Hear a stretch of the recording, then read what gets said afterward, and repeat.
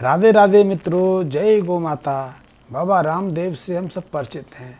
हम सबके वो प्रेरणा स्रोत भी हैं, क्योंकि एक साधारण सी स्थिति से उठकर वो हमारे आइकॉन बन गए और पूरे विश्व में उन्होंने अपनी जो या तो योग को लें या फिर अपनी आयुर्वेद को पूरी तरह से प्रसारित किया है। वो एमबीए नहीं है, वो मार्केटिंग के बारे में कुछ ज़्यादा नहीं जानते, वो आयुर्वेद के बारे में भी कुछ ज़्यादा नहीं जानते, लेकिन वो आज सफलतम व्यक्ति हैं। और मैं रामदेव जी से तब से परिचित हूँ जब वो अपने गुरु के साथ में गुरुकुल में रहते थे। जब उनका शायद टेलीविज़न पर उनका कार्यक्रम नहीं आता, तब से मैं थोड़ा बहुत उनसे परिचित हूँ।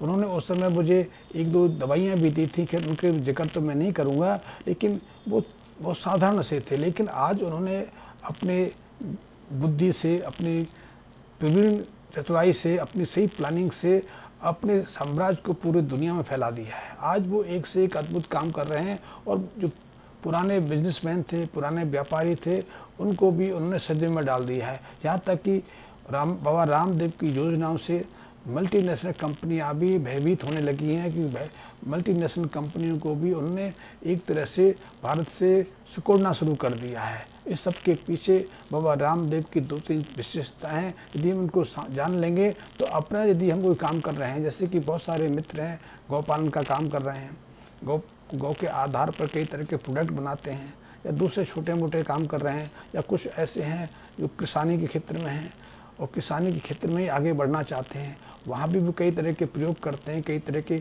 बिजनेस की शुरुआत करते हैं, लेकिन वो ज़्यादा सफलताएं अर्जित नहीं कर पाते। तो उसके पीछे दो कारण हैं जो हम इस चीज़ को बाबा रामदेव से सहजता से समझ सकते हैं कि बाबा रामदेव ने एक सहज साधारण सा फार्मूला पकड़ा। उन्होंने भारतीयों की ज़रूरत को समझा, भारतीयों की आशा है उसको समझकर अपने को आगे बढ़ाया। और यदि हम इसी परिपाटी पे हम भी आगे बढ़ेंगे तो निश्चित रूप से हम भी अपने व्यावसायिक क्षेत्र में सफल हो सकते हैं। बाबा रामदेव ने सबसे पहले हमारे स्वास्थ्य को पकड़ा कि स्वास्थ्य हमारी सबसे पहली ज़रूरत है और स्वास्थ्य का कोई समाधान भी नहीं है, क्योंकि एलोपैथी आधुनिक चिकित्सा पद्धति है, उसके पास कोई परमानेंट सॉल्यूशन किसी चीज़ का नहीं है। यदि आपको जुकाम हो जाता है तो आप एलोपैथिक दवाओं से अपने जुकाम को भी सहजता से दूर नहीं कर पाते। यद्यपि कुछ दवाओं के सेवन से आपको कुछ घंटे में आराम तो मिल जाता है, लेकिन वो आपकी व्याधि धीरे धीरे जीर्णता पकड़ने लगती है, फिर आपको असाध्य रूप दे देती है और उसकी पीड़ा जीवन भर आपको भोगनी पड़ती है। लेकिन आयुर्वेद में या योग में इसी काम को आप बिना किसी दवा के सहजता से कर सकते हैं और उसमें भी आप स्थायी रूप से समाधान ही पा सकते हैं। बाबा रामदेव शुरू में डायबिटीज़ का निदान बताते थे। वो कहते थे कि कुछ दिन कपाल भांति या आप भस्त्रिका प्राणायाम कर लेंगे तो आपकी इंसुलिन छूट जाएगी, आप कैंसर से बच सकते हैं, आप पार्किंसन डिजीज से मुक्ति पा सकते हैं। सारी बीमारियों का इलाज उन्होंने सिर्फ योग के कुछ आसन में भर के रख दिया, प्राणायाम कुछ रूपों में दे दिया। उससे कितने लोग ठीक हुए ना हुए वो तो एक विस्तृत अध्ययन का विषय है, लेकिन इस बात को उन्होंने सहजता समझ लिया था कि भारत की जनता चाहती क्या है। खास करके वो एक वर्ग जो महंगे इलाज नहीं करा सकता, जो महंगे इलाजों पर ज़्यादा समय या ज़्यादा पैसा खर्च करने की स्थिति में नहीं है, क्योंकि हर आदमी के सामने स्थिति है कि बच्चे पाले कि वो महंगे इलाज डॉक्टरों से इलाज कराए, क्योंकि इलाजों पर लाखों रुपए का खर्च होता है। और जब बाबा रामदेव ने 2000 के आसपास इस मिशन की शुरुआत की थी, तब से लेकर आज तो मेडिकल क्षेत्र में और बदलाव हो गया है। तब जो दवाएं 10 रुपये 15 रुपये में आ जाती थी, आज उन्हीं दवाओं की कीमत या उन्हीं रोगों की चिकित्सा करानी हो तो आज उनकी खर्चा ही 1000 रुपये में पड़ता है। वो समय तो ऐसा था कि बुखार आदि से घरों में लोग मुक्त हो जाते थे, लेकिन आज तो यदि किसी बच्चे को बुखार हो जाए तो 5-10 हज़ार रुपये में उसका बुखार नहीं उतरता है। आप इस बात को स्वयं अनुभव कर सकते हैं, मैं स्वयं अनुभव कर सकता हूं। जो मेरी उम्र के हैं उनमें से अधिकांश लोगों ने इस बात को अनुभव किया होगा। जब हमें बचपन में बुखार आता था, जब बीमार पड़ते थे तो हमारी माएँ दादियाँ कोई काढ़ा आदि बना के हमें दे देती थी, हम उसी से ठीक हो जाते थे। लेकिन आज हमारे सामने स्थिति ऐसी है, यदि हमारे बच्चे किसी रोग से ग्रसित हो जाते हैं, किसी रोग से पीड़ित हो जाते हैं, तो हमारे पास दबाव रहता है कि हम किसी वैद्य से या घरेलू नुस्खे से उसका इलाज ना करें। हम तत्काल उसको किसी स्पेशलिस्ट को दिखाएं और स्पेशलिस्ट से उसकी चिकित्सा लेने में कम से कम 10-15 हज़ार रुपये का खर्चा है, क्योंकि कई तरह के इलाज डायग्नोस होंगे, कई तरह के टेस्ट होंगे, दवाएं शुरू होंगी और दवाओं को निश्चित समय तक प्रयोग करना पड़ेगा। और ये तो अब शोधों से पता चला, अध्ययन के निष्कर्ष हैं, यदि कोई व्यक्ति किसी जटिल रोग को लेकर एक बार हॉस्पिटलाइज हो जाए, खास करके जो 50 साल से उम्र का ऊपर है, उसे 1 से 2 साल में फिर से हॉस्पिटलाइज होने की आवश्यकता पड़ती है, क्योंकि कुछ ऐसे रीजन हो जाते हैं कि उसको एक बार अस्पताल के बाद दूसरे बार अस्पताल जाने की मजबूरी बनी जाती है। तो ऐसे में ऐसी स्थितियां हमारे देश में सामान्य आदमी फेस नहीं कर सकता। तो ऐसे आदमी इंतजार में थे कोई ऐसा व्यक्ति आए जो कहे घर से छोटे मोटे इलाज से या बिना खर्चे के इलाज से वो पूरी तरह स्वस्थ हो सकता है। उसी समय डायबिटीज़ का साम्राज्य शुरू हो रहा था। उस समय 2000 के आसपास भारत में कम से कम 5.5 करोड़ के आसपास डायबिटिक रोगी थे। डायबिटीज़ के कारण बहुत लोग चिंतित होते थे। जिस व्यक्ति में डायबिटीज़ निदान हो जाता था, वो देखते देखते कुछ हफ्ते में पीले पड़ने लगता था, उसका वजन गिर जाता था। तो ऐसे में बाबा रामदेव जब ये लोगों को कहते थे कि 5 दिन 7 दिन ये योगा करने से, प्राणायाम आदि करने से उनकी इंसुलिन जीवन में पूरी छूट सकती है, उनका हार्ट की जो कॉरोनरी आर्टरी से खुल सकती है, वो दूसरे असाध्य रोगों से मुक्ति पा सकते हैं, कैंसर से मुक्ति पा सकते हैं। तो निश्चित रूप से ये आकर्षण का केंद्र था और यही उस समय की हमारी स्थिति थी। इसलिए बाबा रामदेव से अधिकतम लोग जुड़ते चले गए। उनके योग शिविरों में लोग पैसा खर्च करके, यहाँ तक कि मैंने कई ऐसे शिविर देखे हैं कि बाबा रामदेव की फीस तो 2-2.5 हज़ार रुपये की है, क्योंकि टिकट इतनी थी। बाबा रामदेव ना लेते हों, लेकिन शिविर संचालक लेते थे कि आगे बैठना है तो आपको 500 रुपये, 1000 रुपये, 1500, 2000 रुपये की टिकट लेके आगे बढ़ना है। लेकिन उसी टिकट को बहुत सारे लोग ब्लैक में खरीदते थे, तो उसकी कीमत भी 5-7 हज़ार रुपये तक खर्च करने को तैयार होते थे, क्योंकि वो चाहते थे कि 5-7 हज़ार रुपये में यदि उन्हें किसी असाध्य बीमारी से मुक्ति मिल जाती है तो उससे बेहतर क्या है।